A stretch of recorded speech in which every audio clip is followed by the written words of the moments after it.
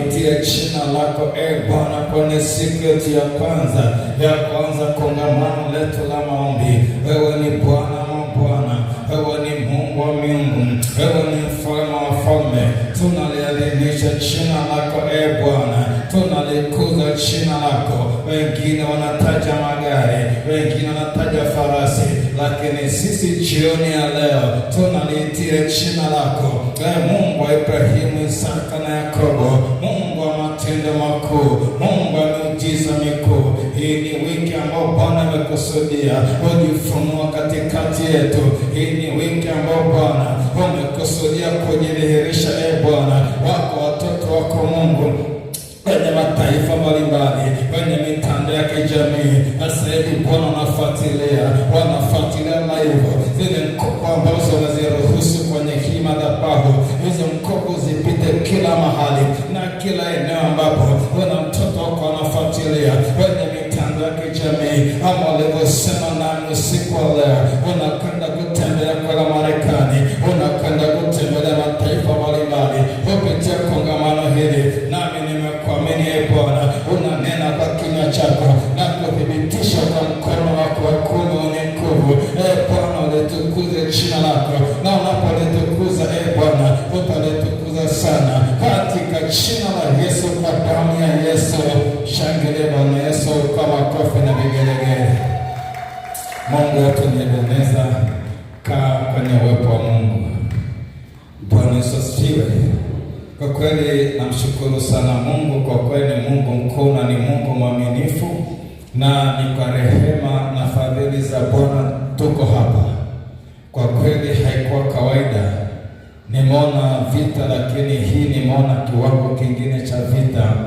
Na shetani hakutaka kabisa, lakini Mungu wetu ni zaidi ya shetani na miungu yake yote. Haleluya, shangilie tena Bwana Yesu. Kwa wale ambao nifahamu, mimi ni mwalimu Harrison Matias Nzaba, na nashukuru Mungu amenipa neema na kibali cha kusimama kwenye madhabahu yake katika siku hii ya leo. Tuko hapa kwa ajili ya kongamano la maombi. Hapa wiki hii ni kuomba sana. Bwana Yesu asifiwe. Na kama unaweza wahi saa 9. Hapa tutakuwa na kipindi cha kwanza cha kuomba haswa, na kipindi cha pili pia tutaomba sana, lakini kusudi kubwa letu ni kuomba. Bwana Yesu asifiwe. Sasa haya ni maono ambayo Mungu aliyaweka ndani yetu, na kuna neno Mungu aliachilia kwenye kitabu kile cha Nyakati wa kwanza 20 na mstari ule wa kwanza. Kwa nini Mungu ametupa neema ya kukutanika hapa kwa siku hizi 8, hasa kwa ajili ya kipindi cha mwisho wa mwaka na mwanzo wa mwaka? Sasa kitu ambacho Mungu alikifunua ni kama miaka 5, 6, 7, sikumbuki sana, lakini neno Mungu alilifunua na tumekuwa tukilifuatilia mwaka kwa mwaka baada ya Bwana kuliruhusu. Kwenye kitabu cha Mambo ya Nyakati wa kwanza 20:1 nasema, hata ikawa mwanzo wa mwaka mpya, wakati watokapo wafalme kwenda vitani, Yoabu akawaongoza mashujaa wa jeshi, akaiteka nyara nchi ya wana wa Amoni, akaja akawahusuru Raba, lakini Daudi alikaa Yerusalemu, na Yoabu akaupiga Raba akauangamiza. Bwana Yesu asifiwe. Neno letu kubwa sana msingi, hata ikawa mwanzo wa mwaka mpya, wakati watokapo wafalme kwenda vitani. Mwanzo wa mwaka mpya, wakati watokapo wafalme kwenda vitani. Neno ambalo Mungu baada ya kuliachilia ndani yangu halikuniachia mwaka kwa mwaka.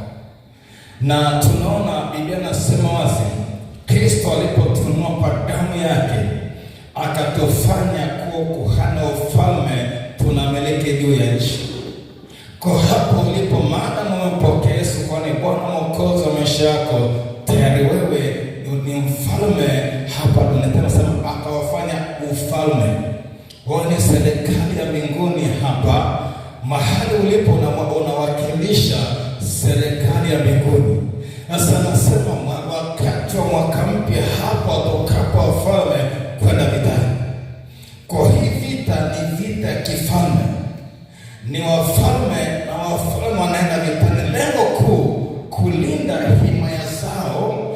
lakini kupanua himaya zao. Daudi hakwenda vitani, lakini Yoabu akapeleka vitani. Anasema kipindi cha mwanzo wa mwaka mpya wafalme wanapokwenda vitani, Yoabu akaongoza mashujaa wa jeshi. Haleluya! Mwambie jirani, wewe ni shujaa wa jeshi. Mwambie hata kama wewe ni shujaa wa jeshi. Sasa wakati mashujaa wanapeleka vitani, akaenda akapiga miji kadhaa na kuiteka na mingine akaiangamiza. Ukifuatilia kule chini, aliteka akapata nyara nyingi, mpaka pata na kofia kubwa nzuri ya thamani kubwa ya kifalme akampa mfalme Daudi. Pointi yangu ya msingi ni kwamba wakati wa wafalme wanapovitana, wakati wa mwaka mpya, kwa sisi kuweko hapa, lengo ni kwenda vitani mwaka mpya. Tarehe 1 hadi tarehe 4 ni siku ya kivita. Kwanza tunalinda himaya yetu ya kifalme, lakini tunapanua ufalme wetu. Haleluya! Kumbuka wewe unawakilisha serikali ya mbinguni. Kwa hiyo unaposimama kwenye kusudi la Bwana Mungu aliyokusudia uliishi 2026, lazima uingie vitani mwanzoni mwa mwaka mpya. Sasa sisi tunajiandaa kuingia vitani mwaka mpya. Haleluya! Lakini baada ya kuanza ile safari, Mungu akatusemesha kwamba sasa msianze tu mwaka mpya, nataka mnatoa dhabihu ya shukrani mwisho wa mwaka, halafu mwaka mpya wakote madhabahuni. Kwa tuna makongamano mawili ndani ya moja, siku 4 kuanzia leo mpaka tarehe 31 ni kukubali najitegemea binafsi, ni kongamano la dhabihu ya kumshukuru Mungu. Kwa siku 4 ni za kumshukuru Mungu wetu aliye hai, lakini kuanzia tarehe 1 hadi tarehe 4 baada ya kumshukuru Mungu tunaingia vitani. Haleluya! Na Bwana amenithibitisha kwa upande wetu. Ameniamini, akaambia mzaba, niamini tripu hii utaniona kuliko miaka mingine yote. Na akaniambia mwaka huu utakuwa na vita kuliko miaka mingine yote. Kwa nini? Ameniambia mnafungua lango jipya ulimwengu wa roho. Sasa lazima ungangane. Lango likifunguka na funguko ingia kwenye lango. Sio lango linafunguka afu na baki nje, no. Mungu ameniambia ninaruhusu majira mapya kwa kila mwana kongamano. Na akaniambia sio hapo kanisani, tumeniambia natembelea mataifa mbalimbali. Unafuatilia Facebook na YouTube, Mungu anakutembelea wiki hii. Jiandae kukutana naye. Bwana Yesu asifiwe. Haleluya, haleluya. Ndemekaa chini na wazia watu kwa nyuma yako. Bwana Yesu asifiwe. Sasa neno letu ambalo tutatembea nalo, ambalo Mungu ameliachilia kwa ajili ya kusimama nalo kwa siku 4 hizi za kwanza, ni matokeo ya kutoa dhabihu ya shukrani kwa imani.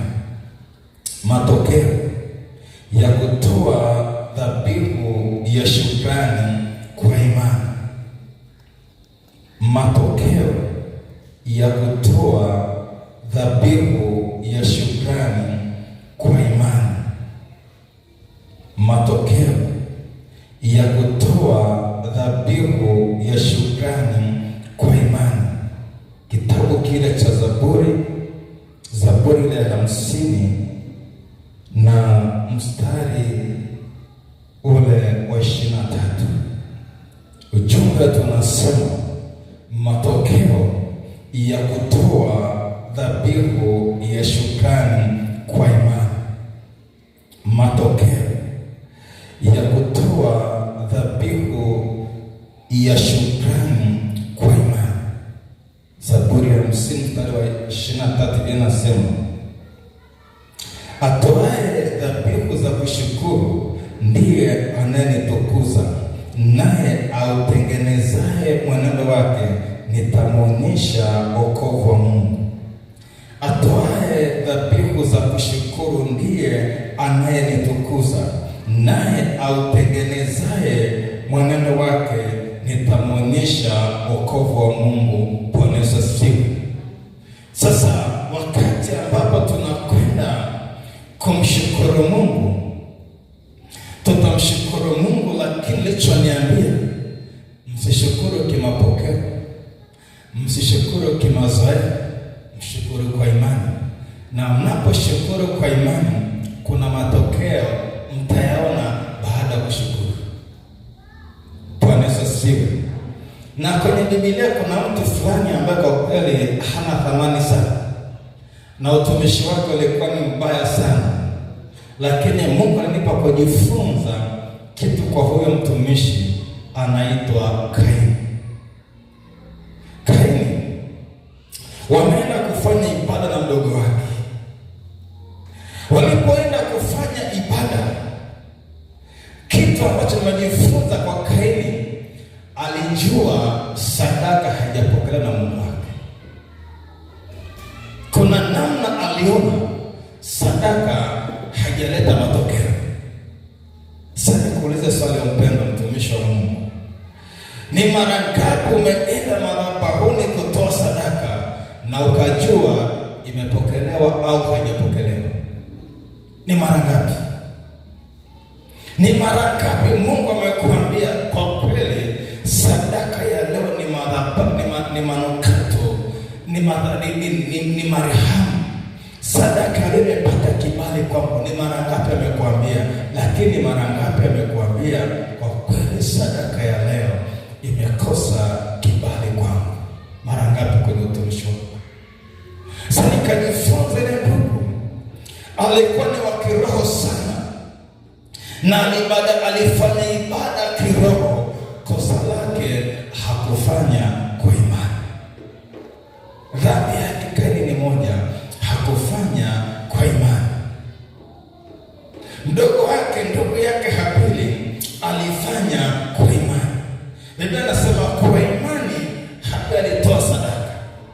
Kwa hiyo changamoto ya Kaini si kutoa sadaka, ila hakutoa kwa imani. Ujumbe tunasema matokeo ya kutoa dhabihu ya shukrani kwa imani.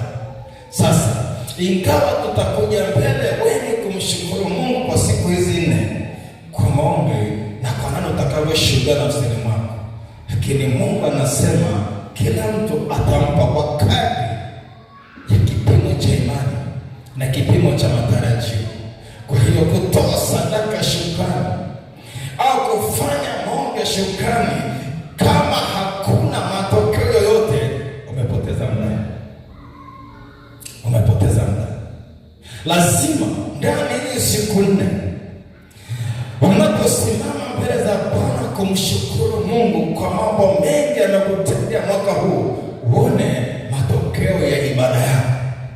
Anasema ataweza bila kushukuru, ndiye anayenitukuza. Anasema autengenezee mwenendo wake, itamuonyesha wokovu. Kwa hiyo kuna kutoa sadaka. Ndani ya sadaka Mungu atukuzwe, lakini ukitengeneza mwenendo unapata wokovu. Sasa lazima tutengeneze mwenendo yetu wakati tunaenda kwenye madhabahu ya Bwana kumshukuru kwa siku 4. Cha kwanza, tengeneza moyo wako, tengeneza madhabahu yako ya ndani. Kwa nini? Mungu anataka akuone mtu mmoja kwenye madhabahu yake ukimshukuru, ili akufuate binafsi. Hii hatuendi kwa mkumbo, unaenda kukutana na Mungu wako. Bwana Yesu asifiwe. Haleluya, watumishi wa Bwana. Haleluya kanisa. Kwa kiwango cha kujiandaa kwako ndicho kiwango cha Mungu kujifunua au kujidhihirisha kwako binafsi. Haleluya. Kitabu kile cha Mambo ya Nyakati wa Pili, Mambo ya Nyakati wa Pili, Mambo ya Nyakati wa Pili 20:25. Tunachotafuta sasa ni kushukuru na kuona matokeo ndani ya kushukuru.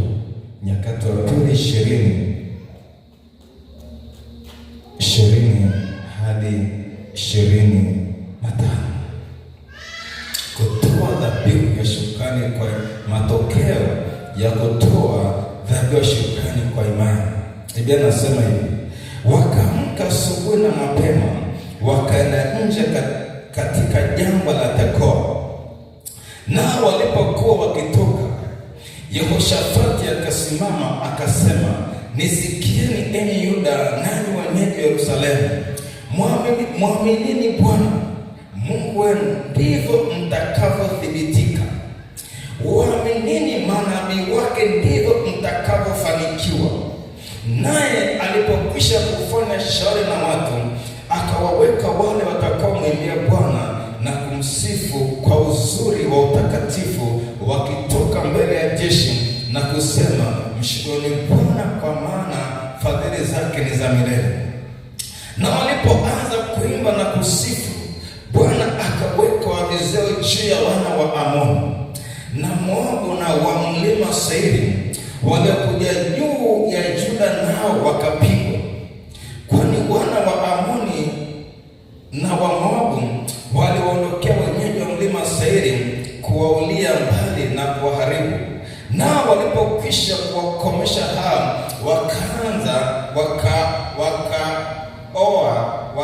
wakaao Seiri, wakajitia kuharibu kila mtu mwenziwe. Hata Yuda walipofika mnara wa kulindia wa jangwani, wakalitazama hilo jeshi, nao angalia, walikuwa maiti walioanguka nchi, wala hapana aliokoka. Nao Yehoshafati na watu wake walipokuja kuchukua nyara zao, wakaona kati yao wingi wa mali na mavazi na johari za thamani, walivyojivulia zaidi kuliko wawezao kuchukua. Wakawa siku 3 katika kuteka nyara, maana zilikuwa nyingi sana. Bwana Yesu asifiwe. Haleluya waombaji, haleluya kanisa. Hebu mshangilie Mungu hapo. Bwana Yesu asifiwe. Autengenezaye mwenendo wake, itamwonyesha wokovu wa Mungu. Atuenda kushukuru nani tukuza. Biblia inasema wazi, furaha ya Mungu ni nguvu zetu. Sasa kuna kiwango ukimshukuru Mungu, dhabihu ikifika kwenye kiti chake cha enzi, Mungu lazima atembelee hapo kwenye hiyo madhabahu, lazima ashuke. Sasa hawa jamaa wanaenda vitani, lakini wakati wanaenda vitani, kuna kitu hapa nasema, wakaamka asubuhi na mapema, wakaenda nje katika jangwa la Tekoa. Na walipokuwa wakitoka, Yehoshafati akasimama akasema, nisikieni enyi Yuda, nanyi walio Yerusalemu, mwaminini Bwana Mungu wenu, ndivyo mtakavyothibitika. Waaminini manabii wake, ndivyo mtakavyofanikiwa. Kuna kuamini, kuthibitika, na kuamini na kufanikiwa ni vitu viwili tofauti. Mwaminini Bwana Mungu wenu, ndivyo mtakavyothibitika. Waaminini manabii wake, ndivyo mtakavyofanikiwa. Walipotia nia ya kweli ya kuamini, Yehoshafati akasema, sasa leo tunaenda kwa stari mpya vitani. Leo tutakwenda kumshukuru Mungu tu, na wakati tunashukuru, tushukuru kwa imani.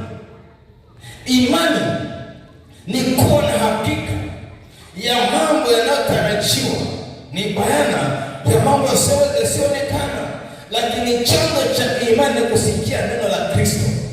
Sasa hawa ndugu wakasikia neno la Bwana kupitia mtumishi wake Yehoshafati, wakaliamini, wakasimama, wakaanza kumsifu Bwana, wakimshukuru Mungu aliye hai. Wakati wanamshukuru Mungu, Mungu akaruhusu nguvu ziingie kazini, wakaanza kuona matokeo ya kushukuru. Saa hiyo majeshi waliokuja kupambana nao, ghafla Bwana akaweka wavizi yao, wakaanza kuuana wenyewe kwa wenyewe. Yaani majeshi mawili yakapiga jeshi moja.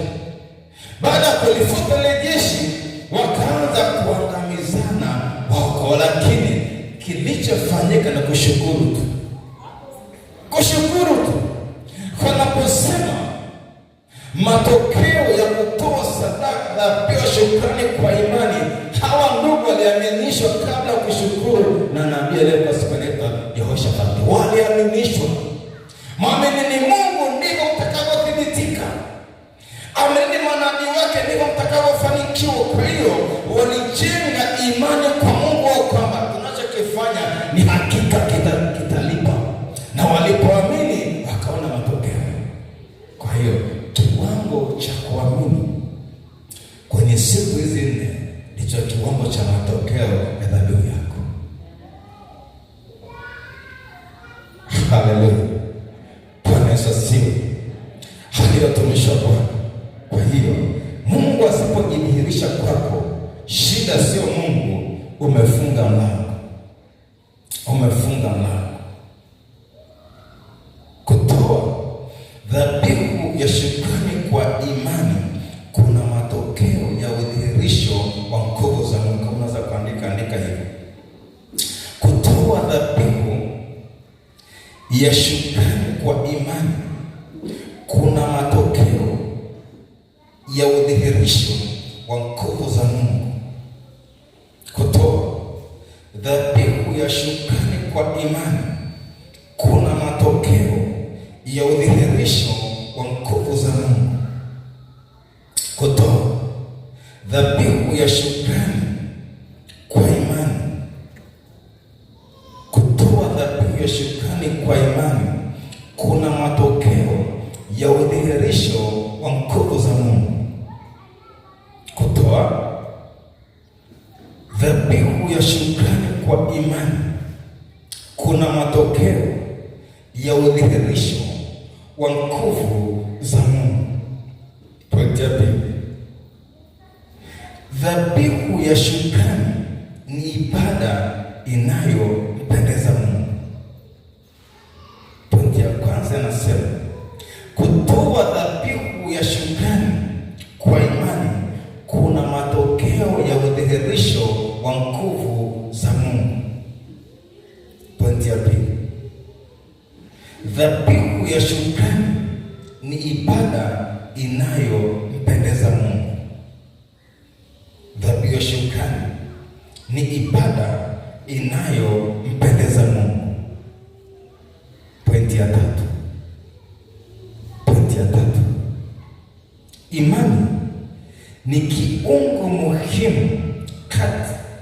Imani ni kiungo muhimu sana kati ya dhabihu ya shukrani na nguvu za Mungu. Imani ni kiungo muhimu sana kati ya dhabihu ya shukrani na nguvu za Mungu. Imani ni kiungo muhimu sana kati ya dhabihu ya shukrani na nguvu za Mungu. Imani ni kiungo muhimu sana kati ya dhabihu ya shukrani na nguvu za Mungu. Bwana Yesu asifiwe. Haleluya kanisa. Sasa hapa ndipo tunapofelia. Kwa kule kuzoea kutoa sadaka ya shukrani, imefika hatua hatuoni matokeo ya sadaka ya shukrani. Kwa nini tunatoa kimapokeo? Lakini kama Mungu akusemesha nitolee sadaka ya shukrani, akakusemesha sadaka namna gani, ukamwamini Mungu, ukaenda kwenye madhabahu yake, ukiachilia hiyo sadaka, na kuambia unataka hautaki, lazima Mungu atajidhihirisha kwako. Na nguvu zake zinapokuja zinatafuta umezilenga zipite upande upi. Akina Yehoshafati walikuwa wanaenda vitani kwile nguvu, wakati wanashukuru kwa imani, wakiamini Mungu akawathibitisha, walilenga ile nguvu ikijifunua iwasaidia vitani. Si wewe unapoachia sadaka ya shukrani, ndani yako unakusudia hiyo nguvu ipite upande gani? Sababu nguvu inapokuja lazima imani ni mkono, au imani ni kama smako, imani ni kama maeleke, ni kama nini? Ni kama dira. Imani unataka nguvu ijifunue kwenye kona hii, kwa sababu tumekuja hapa tunafuatilia wengi hili somo na haya maombi, lakini kila mtu anamhitaji Mungu binafsi. Mimi na wewe ni tofauti. Kuna mimi niposimama na Bwana ambia Mungu, nataka mwaka huu nikuone kuliko mwaka jana. Na mimi wakati nimesimama na sadaka yangu ya shukrani kwenye madhabahu ya Mungu, kuna mahali nimeelekeza nguvu zake jidhihirishe. Kuna wewe lazima unapopenda kumshukuru Mungu, lazima imani yako iseme. Ninapomshukuru Mungu, kuna nguvu zake zitajifunua upande wangu, na zikijifunua nizione kwenye kona, nizione kwenye upande huu. Kwa nini? Kuna udhihirisho. Kiwango cha imani kitamfunua Mungu wako. Haleluya, haleluya. Na somo la sadaka shukrani ni pana sana. Hawa jamaa hawakutoa fedha, hawa jamaa hawakutoa ng'ombe, lakini walimshukuru Bwana kwa kinywa, akashuka akamaliza vita. Kwa hiyo unapoenda kwenye kumshukuru Mungu, usiseme sina sadaka. Kinywa chako pekee ni sadaka kwa Bwana Mungu wetu. Yaani kusema na kushukuru kwa kundi mema, kwa maana fadhili zako ni fadhili zako ziliza milele, ni dhabihu kuliko ng'ombe. Asema kwa kushukuru kwa kinywa, naye itakupendeza kuliko ng'ombe mwenye kwato. Zaburi ishasema zamani kwa Daudi, sema kuna saa atamshukuru Bwana kwa kinywa, itampendeza kuliko hata ng'ombe mwenye kwato. Kwa hiyo sasema sina sadaka, kila mtu ana sadaka. Haleluya. Hata kumchezea Bwana ni dhabihu kwa Bwana. Anachotafuta moyo wako. Umeona amefanya nini mwaka huu mzima mpaka unamaliza mwaka? Bwana amefanya nini kwako? Amekutendea jambo gani? Kwa hiyo imani yako inapoenda kwa Bwana Yesu, nikuja kukushukuru Mungu kwa siku hizi nne. Lakini Bwana, unapokuja tukutania hapa, mpe Mungu kituo cha kutania na wewe. Ukimpa Mungu kituo, atakuja hapo hapo. Aliwaambia kina Petro, akama nikifufuka tukutane Galilaya. Alipofanya appointment nao, walipoenda kaburini hawakumkuta Yesu. Alafu malaika akamwambia, sasa kwa nini mnamtafuta aliye hai kwa wafu? Akishaweka kituo cha kukutania, hapo hapo tutamkuta na kusubiri anakolaki. Kwa hiyo mwambie Bwana, kituo chako ni hiki. Mwambie tu kituo chako ni hapa. Hizi siku nne, ijapokuwa kuna vitu vingi, lakini Bwana, kituo kikuu Galilaya yangu ni hii. Hataenda nje ya Galilaya, sababu Petro akaenda kaburini. Malaika akamwambia Petro, kwa nini kumtafuta aliye hai kwa wafu? Alishatangulia kwenda Galilaya kama alivyowaambia kabla hajafa. Kisha atangulia kwenda wapi? Kwa Bwana ukiweka kituo naye cha kukutania, anatangulia ukija na kulaki. Haleluya. Kama ni ugonjwa, Bwana sasa, kituo changu ni huu ugonjwa. Kituo changu ni huu uchumi. Kituo changu ni hii ndoa. Kituo changu ni hawa watoto. Kituo changu ni huduma. Haleluya. Yeye anajua kiwango gani na mzigo wake. Mwambia kituo ni hiki, kama ni chenyewe kwambia ni chenyewe. Lakini kama kituo atakwambia, mwanangu, kituo sasa hiki, nataka nifanye kitu kikubwa kuliko hiki. Haleluya. Dhabihu ikifika ikinena kwenye madhabahu ya Bwana, lazima Mungu atajifunua, atajidhihirisha. Utamwona, utasema kwa kweli tumemwona Mungu wa fulani. Kwa nini? Amejidhihirisha na watu wamemuona. Bwana Yesu asifiwe. Haleluya waombaji. Haleluya kanisa. Kitabu cha Marko 6:41. Marko 6:41. Marko 6:41 hadi 44. Marko 6:41 hadi 44. Kushukuru kwa imani kuna ruhusa mkubwa za Mungu kwenye kituo ambacho umekielekeza. Tunaona kituo cha kwanza kilikuwa vitani, tuone kituo kingine cha pili kwa Bwana Yesu. Marko 6:41 anasema hivi, akaitoa ile mikate mitano na wale samaki wawili, akatazama mbinguni, akashukuru, akaimega ile mikate, akawapa wanafunzi wake wawaandikia, na wale samaki wawili akawagawia wote.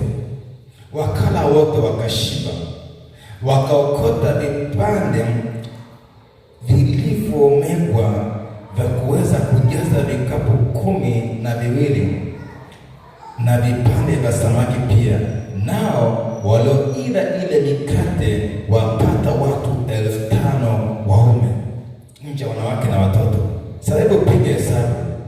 Akatoa ile mikate mitano na samaki wawili, akatazama mbinguni, akashukuru, akaomega mkate.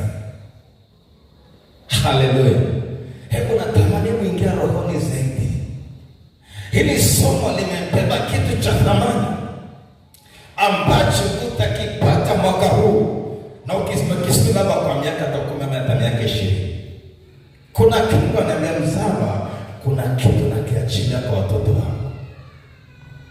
Hebu fikiri, Bwana Yesu, kuna watu 5,000 wako pale. Wale watu wana njaa ya siku karibu 2-3. Sasa anasema jamani, wapeni chakula. Wanasema Bwana wangu, kuna mikate mitano na samaki wawili, yafadhili kwa jeshi kubwa la namna hii. Akawaambia, waketisheni wetu safu safu. Akawaketisha watu, akachukua mikate mitano, akaangalia mbinguni, akashukuru, akamega kawapa. Nikuulize, mara wapi aliomba hii mikate iwe mingi? Wapi alisema na ibaki na mabaki vikapu 12? Hivi nasema akashika mikate, akatazama mbinguni, akamshukuru Mungu, akamega kawapa. Kile kitendo cha kushukuru, moyo alisema Mungu nakushukuru. Wakati na kushukuru, nguvu zako zinajifunua. Zikijifunua kwenye hii mikate, wale washibe kwa sasa. Kwa hiyo kwenye madhabahu ya Yesu ya ndani ilijua, nikishukuru kuna nguvu zinatokea, nikishukuru muujiza inatokea. Lakini ile muujiza aliotengenezea kituo kwenye mikate watu 5,000 na wanawake labda 7,000 na watoto labda 5,000, ni zaidi ya 15,000 wakala wakashiba. Alafu cha ajabu, ndio Mungu sasa za Mungu si za kibinadamu. Yaani mikate mitano, samaki wawili, watu 5,000 wamekula wameshiba, alafu vikapeni mabaki. Sio mikate mizima, yaani mtu amekula kaacha kipande, amekula samaki abaki kipande. Vilivyobaki vinatosha vikapu 12, mabaki ya kila alichokula. Sasa piga hesabu hapo kwamba sasa shida unaposhukuru unatumia akili zaidi, yaani unambana Mungu kwenye mabano fulani. Lakini leo ufungua hema kama Mungu, kama mikate mitano na samaki wawili, 5,000 wakala, mabaki vikapu 12, ni zaidi sana kwenye msiba wako, ni zaidi sana kwangu. Inawezekana kwa unapenda kushukuru kwa dhabihu kwa Bwana, mwambie tu Mungu, wewe ni Mungu jana, leo na hata milele. Uliyetenda kwa kina kipindi kile cha kina Petro, uko hapa kwenye hili kongamano, uko hapa. Na kama yuko hapa, I say mimi namuona yuko hapa, na ananiambia mzaba, nitengenezee mazingira ya kuwatembelea watu wangu. Na nimeomba sana kwa ajili yako, na nazidi kukuombea tena. Alichoniambia, tengenezee mazingira ya kujifunua kwa watu wako. Nimelipa gharama zote kwa kadri nilivyoweza, nimefanya. Sasa Mungu anakusubiri wewe. Unajiconnect vipi na Mungu ambalo kwenye madhabahu wiki hii kwa dhabihu ya shukrani kwa imani? Unajiconnect kwa namna gani? Yesu amesimama, tunakushukuru Mungu. Katazama anasema, Baba tunakushukuru, na mega. Watu wanakula, watu wanasasa, Yesu yuko hapa, umekata ile mitano. Yesu yuko ndani yako sasa hivi, anasubiri uinue macho mbinguni, sababu anakushukuru. Usiseme wiki hii usiombe misiba yako, wiki usiombe chochote. Yaani fanya kama Bwana Yesu, sasa wiki hii sina mahitaji, siku hizi 4 sina mahitaji, nahitaji moja tu, kukushukuru Mungu, lakini nikiutengeneza mwenendo wangu. Kwa nini? Kuna vitu ambavyo kama kuna cheti tamzia Mungu asisaidie. Kwa hiyo tena na mambo mawili, toba, shukrani. Toba, shukrani. Anasema ukitengeneza mwenendo hata utaona wokovu. Ukimshukuru atatukuzwa. Haleluya. Tusimame juu.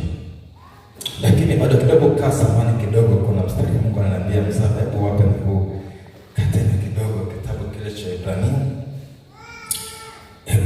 Hii ni kitu Mungu ananiambia usishie hapo mwanangu. Hebu hapa tena kipande kicha mkate kitawasaidia pia. Ibrania ile 12:1. Ibrania ile 11 mstari ule mstari wa 4 hadi wa 6.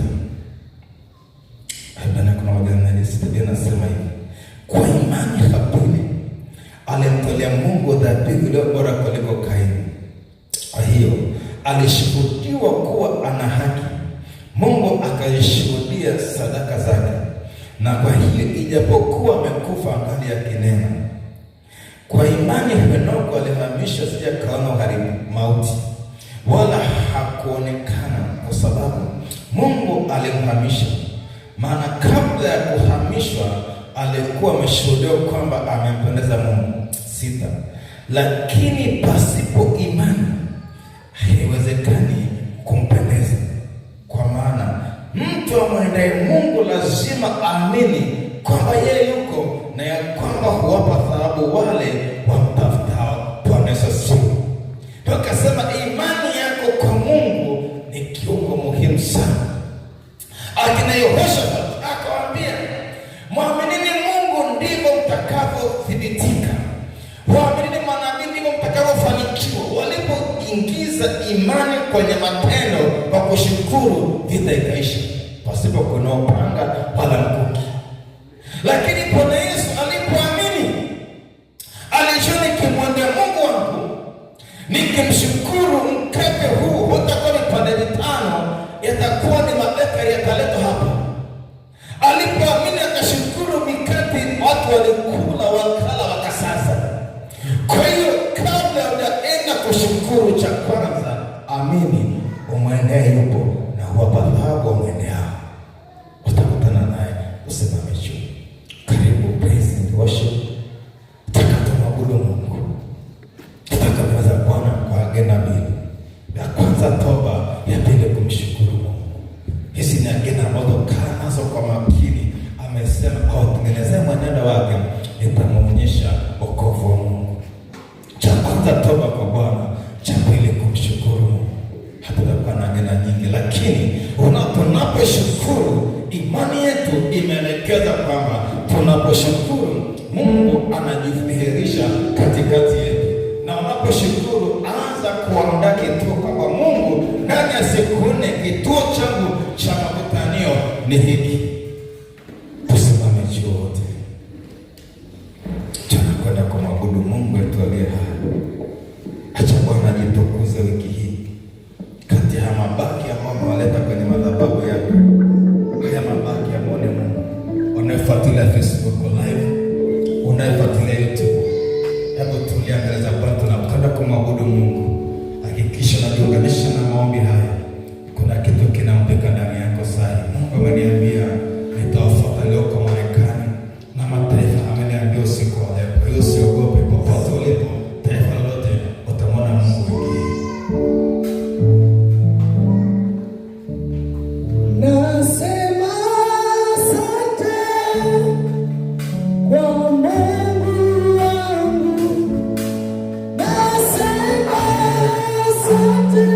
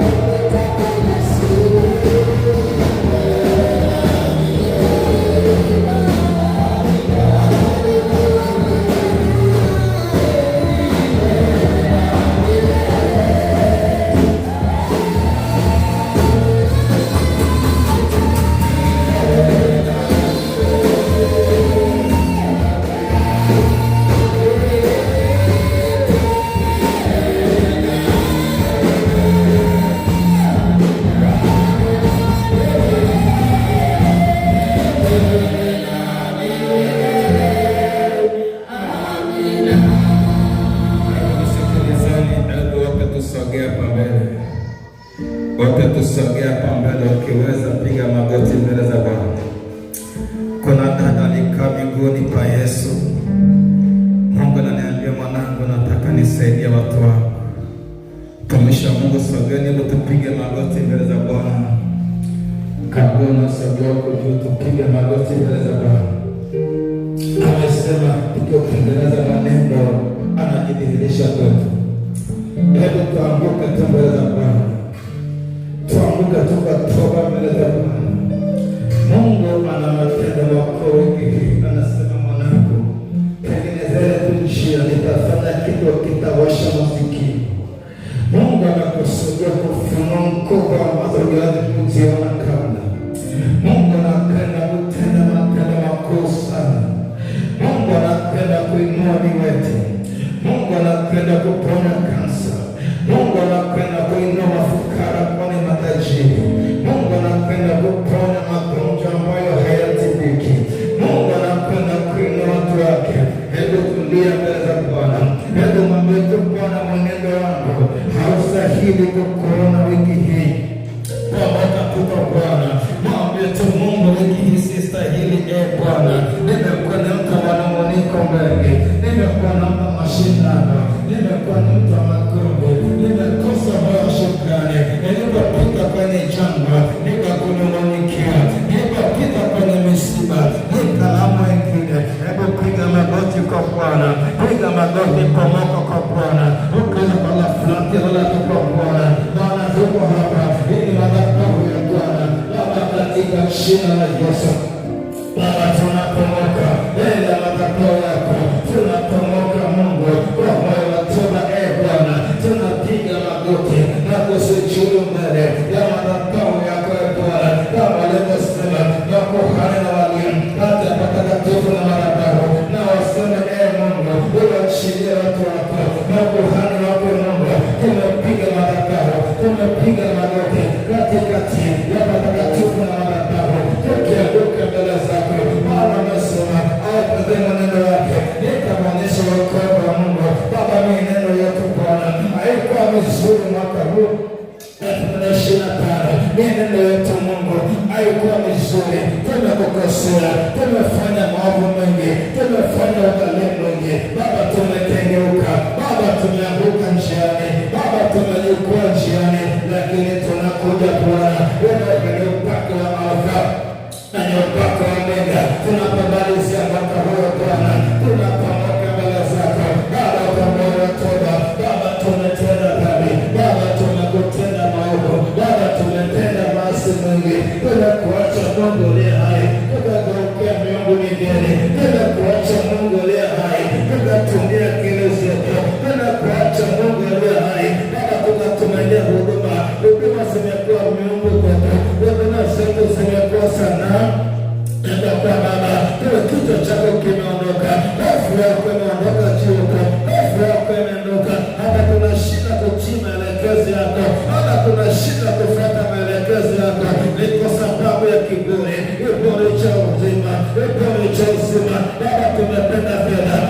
kusudi lako, kumbuka kipaumbele cha fedha, walipa mapenzi yako, tumetanguliza fedha, fedha imekuwa sana katikati ya huduma zetu. Mungu uliye hai, Baba tunatomoka mbele madhabahu yako, Baba tunaomba toba, Baba tunaomba rehema, tunaomba toba kwa ajili ya kusanyiko hili ambalo unafuatilia kwenye mitandao ya kijamii. Unasema napita kule Marekani, unasema napita kule Ulaya, unapita Afrika ya Bwana, ila mahali ambapo watoto wako wanafuatilia maombi haya, Baba nasimama kwenye madhabahu yako, kwenye nafasi ya kuhani, Baba tukiomba toba, tukiomba rehema.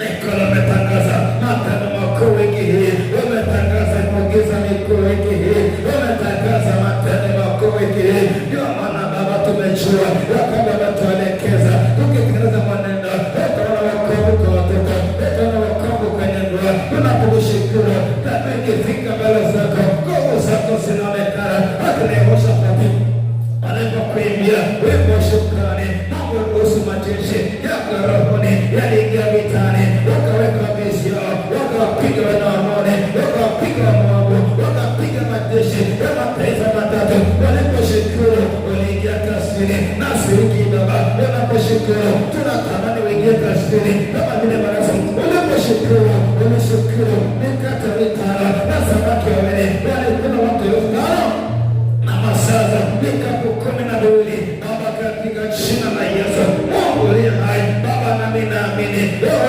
unataka sema muamini Mungu ndipo mtakapothibitika, amini manabii wake ndipo mtakapofanikiwa. Ndipo kwenye madhabahu yako Baba tunakuita Baba, wewe ni Baba yetu, sababu yetu ni mbinguni, jina lako litukuzwe. Wewe ni Baba, wewe ni Baba, tunarudi kwako Baba wa toba, tunarudi kwako Baba, tunapomoka Baba turehemu, Baba tuachilie tulipokosea mwaka huu na miaka kadhaa. Tumeenda kimapokeo, tumeenda kimazoea, tumeenda kwa mifumo ya kibinadamu, si mifumo yako Baba. Tumejifunika kifuniko cha miungu mingine, si kifuniko cha roho bado, kifuniko cha kiburi kimetuongoza, lakini leo tunarudi. Hii ni madhabahu yako, umechoka wiki hii, ujifunua kati yetu Baba, umekusudia ujifunua kati yetu na matendo makuu umekusudia kuyafunua ndani ya wiki hii. Baba tunatengeneza mienendo yetu mbele zako, Baba ya toba, tunatengeneza mienendo yetu Baba, Baba ya toba. Achilia kusanyiko hili, watoto wako hakuna wanafanya hofu na kukusha wewe, wamekuja kwenye madhabahu yako, wamekuja Baba kwenye madhabahu yako, tumepamoka kwa toba na kupiga magoti kama vile Elia alipiga magoti ya Bwana, alipiga magoti, alisujudu, alianguka mbele zako, na watu walianguka. Bwana nataka kushuka kwenye mpaka wa sadaka kwenye madhabahu yako, Bwana kutengeneza na kabila 12 watu walishuka, watu wakasujudu, wakasema Bwana ndiye Mungu, Bwana ndiye Mungu. Hii ni wiki ambayo Bwana unapenda kujifunua, ni wiki ambayo utukufu wako unapenda kuonekana. Watu wakasema Bwana ndiye Mungu, wakasujudu. Nasi tunaunganisha watoto wako na madhabahu yako penye damu ya Yesu kwa njia ya toba. Baba wakasema hawa makuhani na walie kata barabara patakatifu na madhabahu, wakasema Bwana uachilie watu wako, usitoe urithi wako, upate hivyo wale mataifa utawala juu yao. Mungu uliye hai, tumeaibika sana, tumedharaulika, tumedhalilika, lakini wiki hii ije siku ni Baba, tumekuja watoba na shukrani, tumekuja watoba na shukrani kwa siku hizi nne, ili Bwana tukuone Mungu atulie hai, tukuone Jehova. Baba tumekuja kwenye madhabahu, tunaanguka mbele zako, ni kweli wote tunaviacha, tunaanguka mbele zako, majukumu yetu bila dhambi, bila hila zote ambazo tumetenda nazo, tunazileta kwenye madhabahu, kwenye damu ya Yesu, kwenye damu ya Yesu. Mungu uliye hai, Baba tuko hapa, Baba tuko hapa, Baba tuko hapa, Baba tuko hapa, Baba tuko hapa, tuko kwenye madhabahu yako ya Bwana, tumekuja kwenye mlima wako na misima yetu, tumekuja kwenye mlima wako na misima yetu. Baba tunakushukuru, Baba tunakushukuru, zile kubwa ambazo uliweza kusikia wiki hii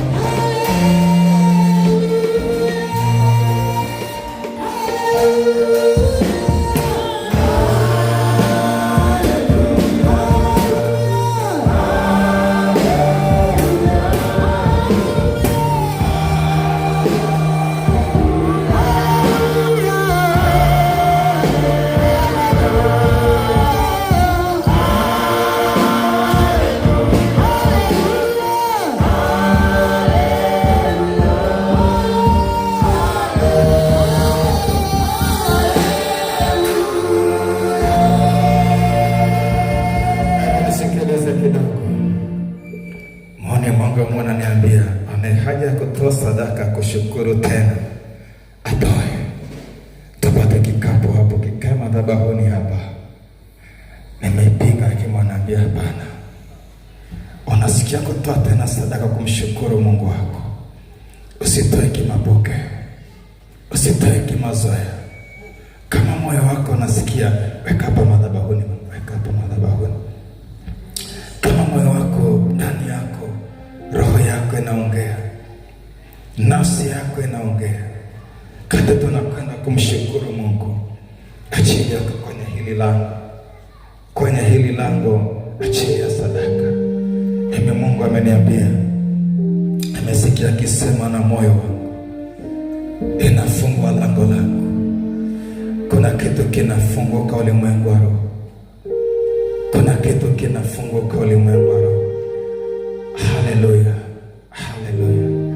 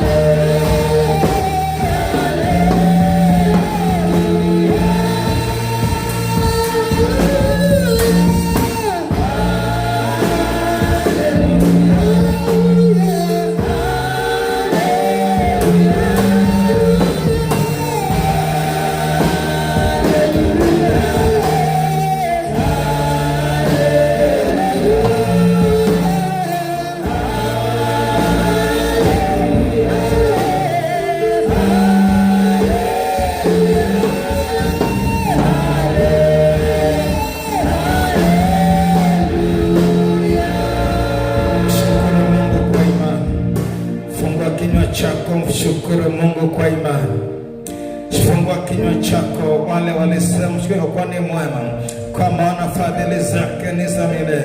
Nguvu za Mungu ziliingia kazini, na sasa ni saa yako mbele za Bwana.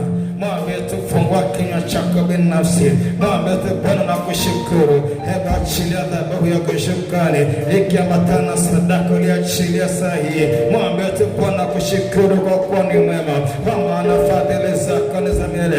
Wanaofuatilia Facebook, wanaofuatilia YouTube, mwambie tu, Bwana kwa kuwa ni mwema, kwa maana fadhili zako ni za milele. Achilia dhabihu kwa imani. Baba, katika jina la Yesu, tupo kwenye lango la mwisho wa mwaka, tupo kwenye lango la mwisho wa mwaka, na umetuita kwenye madhabahu yako ili tuje kwako e Bwana na sadaka ya shukrani, ili tuje kwako e Bwana na dhabihu ya shukrani. Nami nakuja mwanao kwenye lango hili e Bwana la mwisho wa mwaka. Hili ni lango ambalo linapofunguka una utukufu wa mwisho wa mwaka unaofunua, lakini lango linatunganisha na mwanzo wa mwaka. Baba, wewe ni Mungu, ninakushukuru leo kwa kuwa ni mwema, kwa maana fadhili zako ni za milele e Bwana. Uaminifu wako ni mkuu, uaminifu wako Mungu ni ngao na kigao. Mungu umenisaidia, Mungu umenipigania. Nimepita kwenye vita mbalimbali, nimepita kwenye majangwa mbalimbali, nimepita kwenye vita mauti, lakini nimedhihirisha rehema zako. Maana siko utakatifu wangu wala siko wema wangu, bali ni kwa neema tu. Neema yako inifikisha hapa. Baba, nakushukuru na niadhimisha jina lako kwa kuwa ni mwema, kwa maana fadhili zako ni za milele. Niko fadhili zako Bwana, umenisaidia. Niko fadhili zako Mungu, umenipigania. Shukuru Mungu, peleka dhabihu yako. Hiyo ni manukato mbele za madhabahu ya Bwana. Hiyo ni manukato kwenye madhabahu ya Mungu. Hiyo ni manukato kwa Bwana. Shukuru kwa imani, ukitarajia. Unapomshukuru Mungu, kavu zake zinapokuja, zinatafuta wapi una msiba, zinatafuta misiba yako. Kavu za Mungu zinapoachiliwa, zinatafuta. Maana amesema ananishukuru ndiye ananitukuza. Unapomshukuru Mungu, unamtukuza Mungu wako ya kwamba ni mwema, amekusaidia mwaka huu, amekupigania. Mambo yetu Bwana, wenye ajali umenivusha kwenye ajali, katikati ya maandamano sikupiga risasi, katikati ya magonjwa ya korona sikufa. Ni kwa maana fadhili zake ni za milele. Wako watu ambao wamesafiri kwenye mabasi kama wewe, lakini hawakufika, wamefia njiani mwaka huu, lakini wewe umesafiri safari mbalimbali, mikoa mbalimbali, wilaya mbalimbali, umesafiri na vyombo vya moto. Wengine wamekata miguu, wengine wamevunjika miguno, wengine wamekata mikono, lakini wewe ni mzima. Mwambie tu Bwana kwa kuwa ni mwema, kwa maana fadhili zako ni za milele. Ni fadhili tu za Bwana zimetusaidia kufika hapa. Ni fadhili tu za Bwana zimetusaidia. Hebu eleza matendo makuu ya Bwana aliyokutendea mwaka huu. Hebu mwabudu Bwana, mtukuze Mungu, mpe Mungu tukufu. Mwambie kwa kuwa ni mwema, amenifikisha mwisho wa mwaka huu. Mwambie ni kwa wema wako, ni kwa fadhili zako. Wako ambao hawana watoto kabisa, lakini una watoto mpaka wanawazuia. Wako ambao hawana ndoa, lakini una ndoa mpaka unaipiga mawe. Wako ambao mwaka huu wanatembea wenye magonjwa ya hatari, lakini ni mzima. Ewe ni mzima. Mwambie tu Bwana wako ni mwema, na fadhili zako zimenifikisha hapa. Watu wamekufa wake na miaka 50, miaka 20. Umefika wewe una miaka 50 na kitu, una miaka unakimbilia miaka 60. Niko kwa ni fadhili za Bwana. Wako waliokufa wako na mwaka mmoja, lakini wewe leo una miaka 40, una miaka 50. Wako wamekufa wake na watoto wachanga, lakini kwa fadhili za Bwana amekusaidia. Mwambie tu Bwana nashukuru kwa ajili ya namba miaka ambao umenipa mwaka huu. Mwambie nakushukuru tu hata kwa ajili ya mavazi. Wako ambao wanatembea uchi, hawana mavazi, mavazi, wanatembea uchi, hawana hata nguo, lakini wana nguo mpaka zinaulizanye kabati. Utavaliwa lini? Mshukuru Bwana amekupa mavazi, mshukuru Bwana amekupa uzima, mshukuru Bwana amekupa miaka kadhaa, mshukuru Bwana amekupa na watoto, hata kama watoto wako hawakuelewi. Lakini kuna mtu ambaye ana fedha nyingi, ana ndoa nzuri, lakini watoto wamegoma. Na watoto wamezaa, wamekuja fuluza mpaka na wazuia. Ni kwa sababu ni fadhili za Bwana, ni fadhili za Bwana. Mwambie tu Mungu wako ni mwema, kwa maana fadhili zako ni za milele. Baba, nakushukuru kwa wema wana fadhili zako, hata kihuduma umenifikisha hapa, si kwa maombi yangu, si kwa utakatifu wangu, hata kunipa vyombo vya namna hii, si kwa utakatifu wangu, wala si kwa matendo mema, ni kwa kuwa umwema na fadhili zako ni za milele. Hata kihuduma umefika, huduma imefika Marekani, imefika Australia, imefika Norway, imefika nchi mbalimbali. Baba, si kwa maombi yangu, si kwa utakatifu wangu, si kwa utawangu, ni kwa kuwa mwema, maana fadhili zako ni za milele. Kunipa timu kama hii ya kufanya nao kazi Baba, ni kwa kuwa ni mwema, maana fadhili zako ni za milele. Kunipa mavazi kama haya, ni kwa kuwa mwema, maana fadhili zako ni za milele. Unipa watoto Bwana, unipa watoto Mungu, wamesoma, wamefika mpaka chuo, ni kwa kuwa mwema na fadhili zako ni za milele. Mstari wa pili yuko form 6, ni kwa kuwa ni mwema, maana fadhili zako ni za milele. Baba, si kwa matendo yangu, si kwa utakatifu wangu, si kwa maneno yangu Baba, ni kwa kuwa fadhili zako kwangu ni za milele. Nakushukuru Mungu, nakushukuru kwenye mwisho wa mwaka huu, nakushukuru Baba, umedhihirisha fadhili zako, nakushukuru Mungu, umedhihirisha neema yako katikati ya vita, hata Baba kuruhusu kuona huduma hii. Bwana miungu imezuia kwa nguvu zote, maajenti wamezuia kwa nguvu zote. Inakushukuru hata Bwana utupa kongamano hili la kuomba mbele zako, nikakuwa mwema, si kwa maombi yetu, si kwa utakatifu wetu, si kwa uchaji wetu Baba, ni kwa rehema zako tu. Fanya madhabahu ya New Life wakati huu Baba, utupe kongamano hili, si kwa utakatifu wetu, si kwa maombi yetu, lakini Bwana ni kwa kuwa ni mwema, maana fadhili zako ni za milele. Nakushukuru Baba, wachina matendo makuu, hata umeniokoa ukanisimamisha kwenye madhabahu yako kuwa mwalimu, kuwa mwombaji. Ni kwa fadhili zako tu, si kwa maombi yangu, si kwa utakatifu wangu, si kwa uchaji wangu, ni kwa kuwa mwema na fadhili zako ni za milele. Ni kwa fadhili zako umenipa huduma hii, ni kwa fadhili zako nimekuwa mwalimu, ni kwa rehema zako nimekuwa mwombaji, ni kwa fadhili zako umenipa hatua hadi hatua, si kwa maombi yangu, si kwa utakatifu wangu, ni kwa kuwa ni mwema na fadhili zako kwangu ni njema. Baba, fadhili zako za milele. Ninakushukuru Mungu, mshukuru Mungu, mshukuru Mungu. Mbingu zimefunguka, zinapokea sadaka za watu, zinapokea dhabihu za watu. Mshukuru Mungu binafsi. Eleza matendo makuu ya Mungu. Amekutendea mambo mengi, amekutendea mambo makuu. Dhabihu yako kwa Mungu wako ni sadaka muhimu, ni sadaka muhimu. Hiyo dhabihu inafungua mbingu zako, hiyo dhabihu inafungua baraka za Bwana, hiyo dhabihu inaruhusu nguvu za Mungu zinashuka kama moto, zinashuka kama maji. Nguvu za Mungu zinafunguliwa na dhabihu ya shukrani. Kinywa chako ni muhimu sana sahihi, mbingu zinafuatilia kila moyo unaoshukuru kwa imani, kila moyo unaoshukuru kwa imani. Nguvu za Mungu zinakufuata, zinafuata misiba yako. Nguvu za Mungu zinakufuata. Usipeleke matatizo yako, usipeleke misiba yako.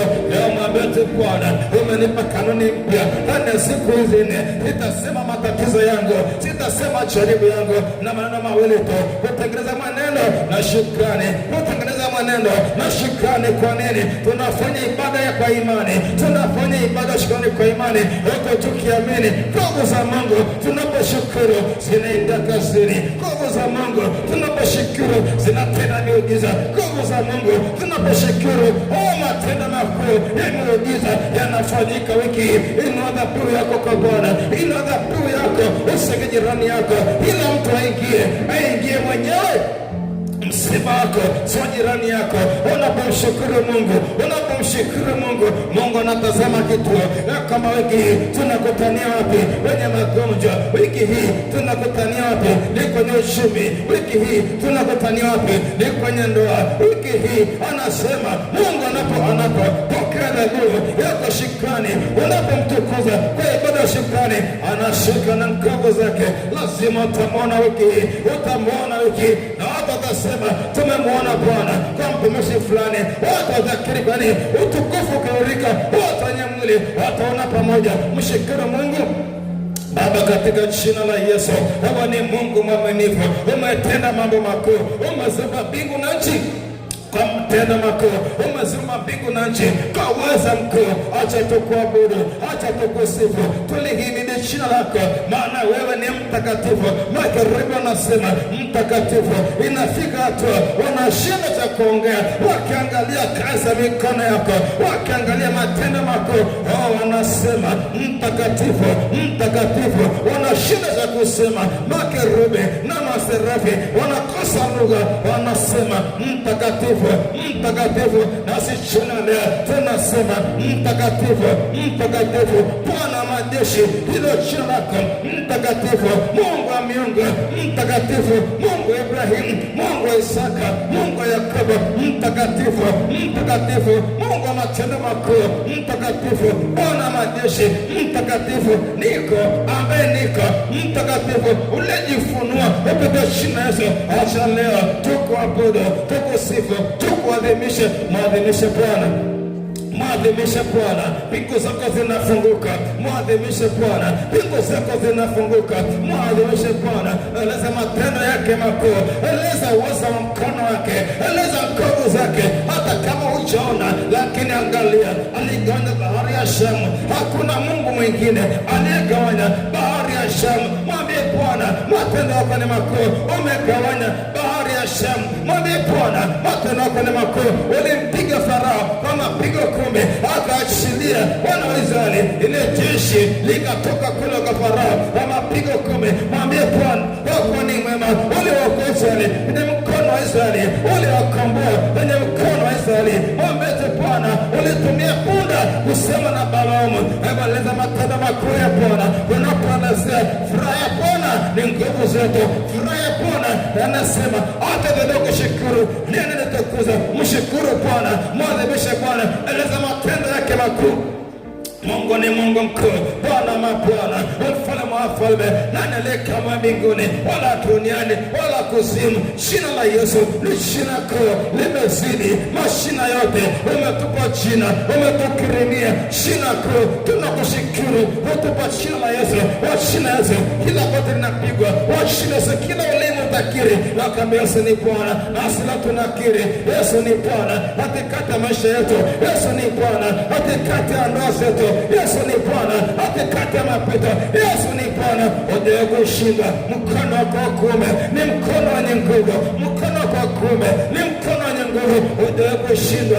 Bwana, tukiangalia kwenye Biblia kutoka kitabu cha Mwanzo hadi cha Ufunuo, ujaye kushinda. Ulikwenye bahari ya Shamu. Kama ni Mungu, tunakuabudu, tunakushukuru, tunaeleza matendo yako, maana wewe ni Mungu, hakuna kama wewe. Wewe ni Mungu mwaminifu, wewe ni Mungu mkuu. Uwezo wako ni uwezo mkuu, mamlaka yako ni mamlaka kuu, uwezo wako ni mkuu na mamlaka ni kuu. Tunakuadhimisha mtakatifu, mtakatifu Bwana majeshi, hilo jina lako, katika jina la Yesu Kristo wa Nazareti aliye hai. Maserafi, makerubi, Bwana. Hebu tunaabudu Mungu kidogo, tunakwenda kumalizia hapo. Wimbo wako ni sifa kwa Bwana. Hebu sema tu Bwana, ungana na maserafi na makerubi, tupige korasi pamoja.